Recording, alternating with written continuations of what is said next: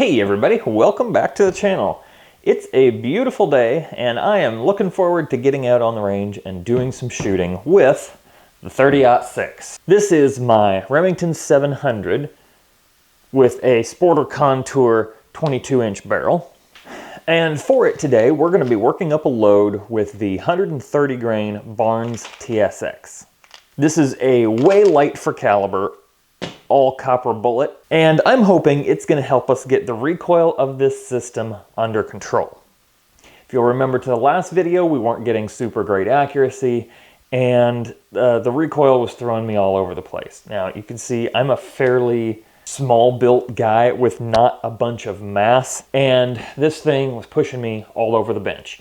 Even shooting hot loads with H4350 in a similar weight Ruger American, I don't remember getting punched quite as hard as this thing does, but maybe that's just my memory. It's got a fairly solid rubber recoil pad here with no give at all, and the entire system is weighing about 7 pounds. That's with this big old scope on top.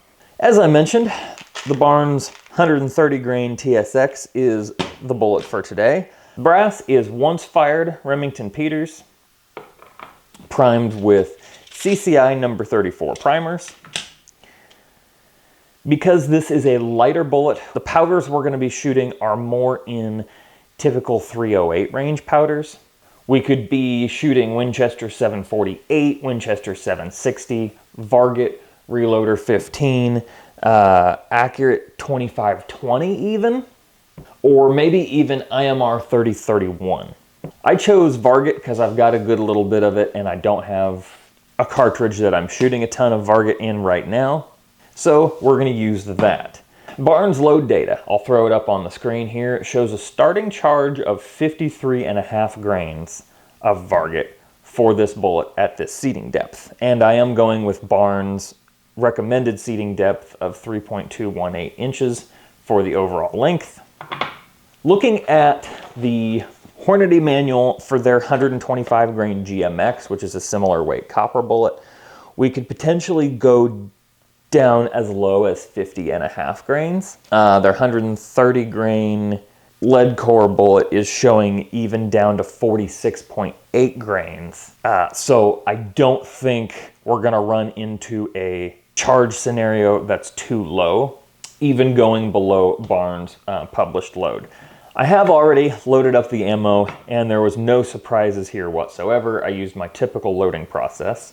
One thing I will say is the me-plats on these Barnes bullets seem to be extremely consistent, even though it does have a hollow point there. They vary about 1/1000th between all of them. I was getting seating depths from 3.2175 to 3.2185. So really, really close in there, within a 0.5 of the target overall length. So that is fantastic.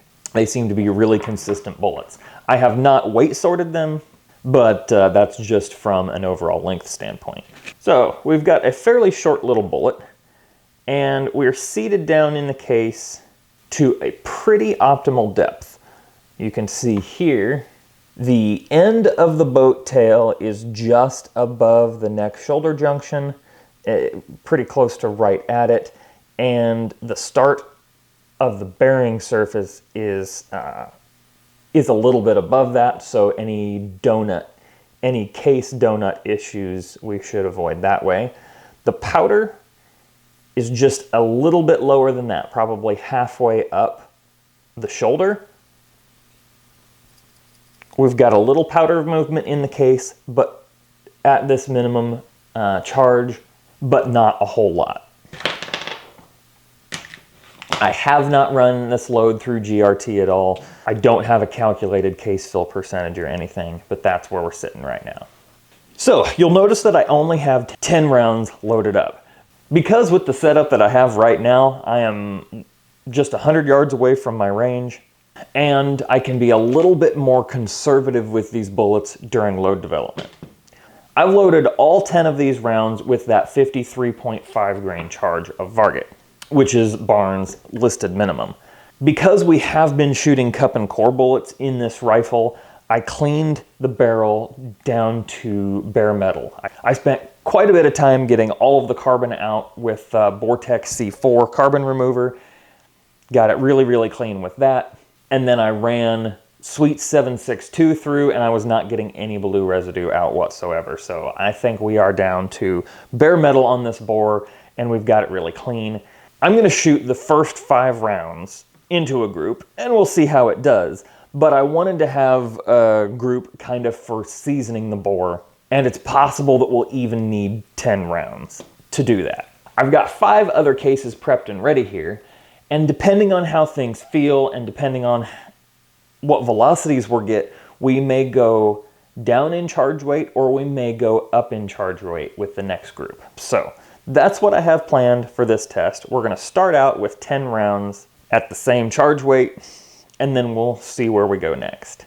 I think that's all I have to talk about for now. Let's get out to the range and do some shooting. All right, folks, we're out on the range getting ready to shoot our 130 grain load.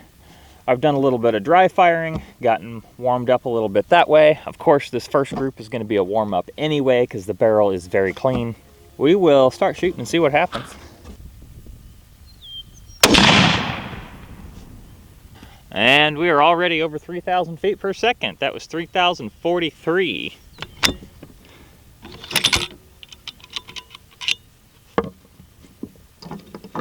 Recoil wasn't terrible, as it shouldn't be, so that's good.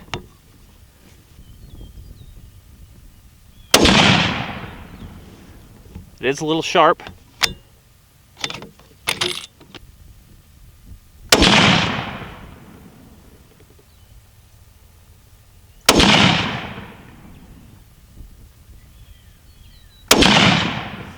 That's one of the biggest groups I've shot in a long time.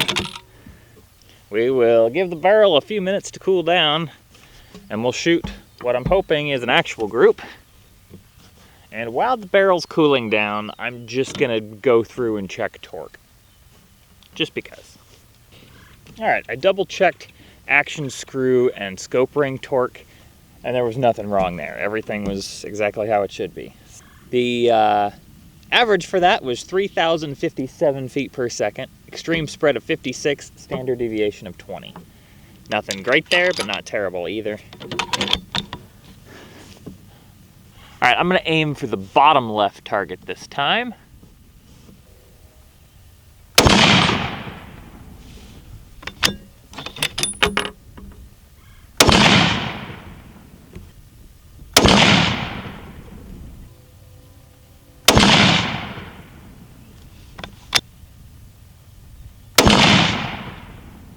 All right, that last shot opened it up, but not terrible there.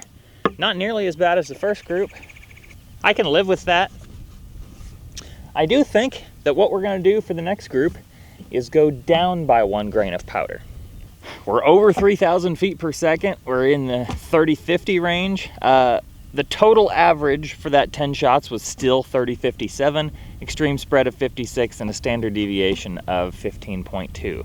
Those last several shots were all there right around 30-50, 30-65, 30-59, 30-64, 30-53, and 30-46. So we had about a 20 feet per second extreme spread on that last 5. I probably should have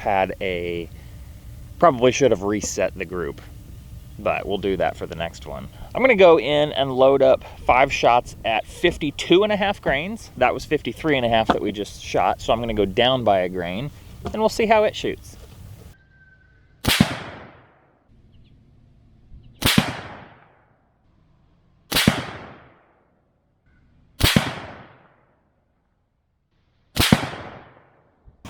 Well, unfortunately, I forgot to turn my microphone on for that group.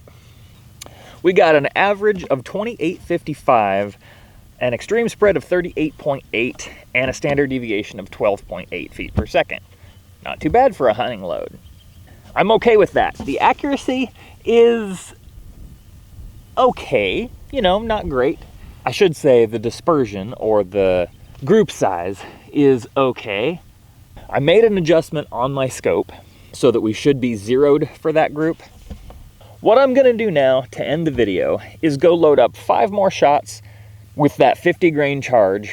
I've got the scope adjusted so we should be zeroed. I'm gonna hold dead center on that far lower right target, and we're gonna do a confirmation group.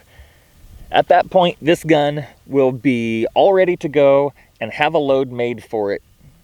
It's gonna be plenty of power for shooting deer within a couple hundred yards. And that's all I really need this rifle to do in its current configuration. Those of you that have been watching my channel for a while know that I can frequently be a bit of a moron. For some reason, I was thinking those first groups we shot were at 51.5 grains. They were at 53.5 grains. So when I came down to 50 grains, I came down 3.5 grains instead of the 1.5 grains that I thought I was coming down. I had that number of the 50 grain range stuck in my head from seeing it in the Hornady manual, and I was thinking about that, and yeah, it seemed like a good place to go. It got us a halfway decent group, and not too terrible on consistency, but it wasn't what I wanted to do. I am going to shoot another group with the 50 grain load, but I also want to shoot the group that I intended to shoot with the 52 grain load, which would indeed be 1.5 grains lower than the 53.5 we started out with. So we're going to shoot the 50 grain load first to confirm the zero. Then I will switch things up and I'll shoot that 52 grain load just because it's what I intended to do. All right, this is indeed 50 grains. And we will go for that lower right-hand target.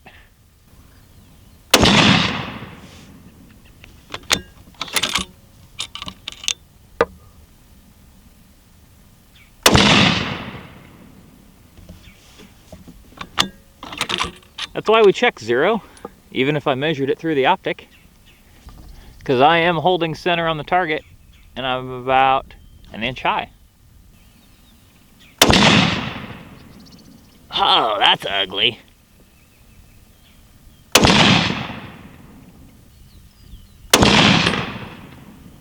Well, again, that's why we confirm.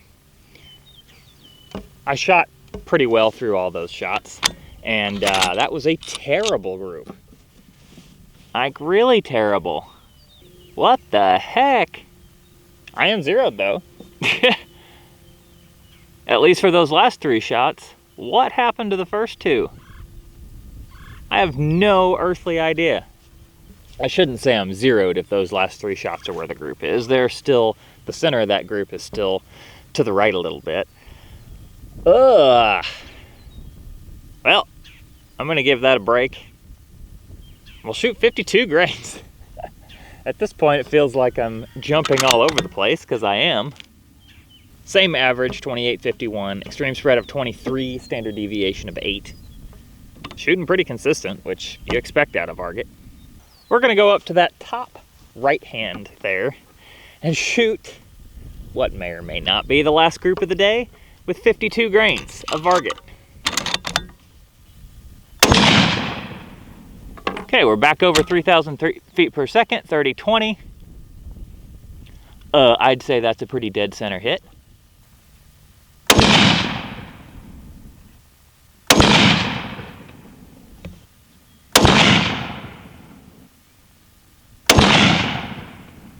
Well, that last shot was absolutely not my shooting. I was shooting good, real confident in that. First 3 shots were good. First 4 shots were good. That last shot was way out there. Well, that shooting session was not great. Best group of the day was 1.24 inches. Actually, we had 2 identical groups of 1.24 inches. One with the 53.5 grain load and the other with the 50 grain load.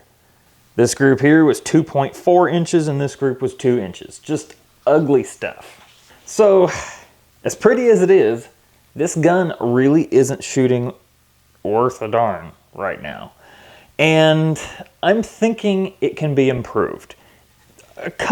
Some of how the groups start to shape up looks like this thing has some potential. right? Remember back to the first video with this gun, we were shooting 3 shots touching.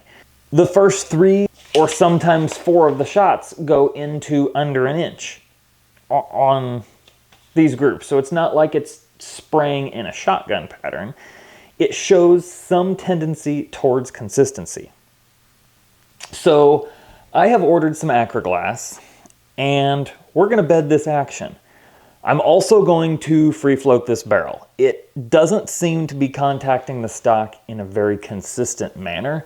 It's touching on one side of the barrel, not the other, and it is touching at some points underneath. I'm gonna sand that out and make it so that it's not touching at all. So that's gonna be the next video. I also ordered a Limb Saver pre-cut recoil pad for this thing. So that's gonna be another change there. I'm gonna go recoil pad, bed the action, and free float the barrel. And we'll see if it shoots better then. If it doesn't, we'll swap out the barrel. And I may end up doing that anyway. As much as I like 30-06, I might like a 6.5-06 Ackley even more. Anyway, thank you guys so much for watching. Hope you guys enjoyed it, even though it was kind of a dumpster fire on paper. We are going to continue to work with this rifle in the future, but there's going to be some major changes first. So anyway, thanks again for watching. Y'all have a good one.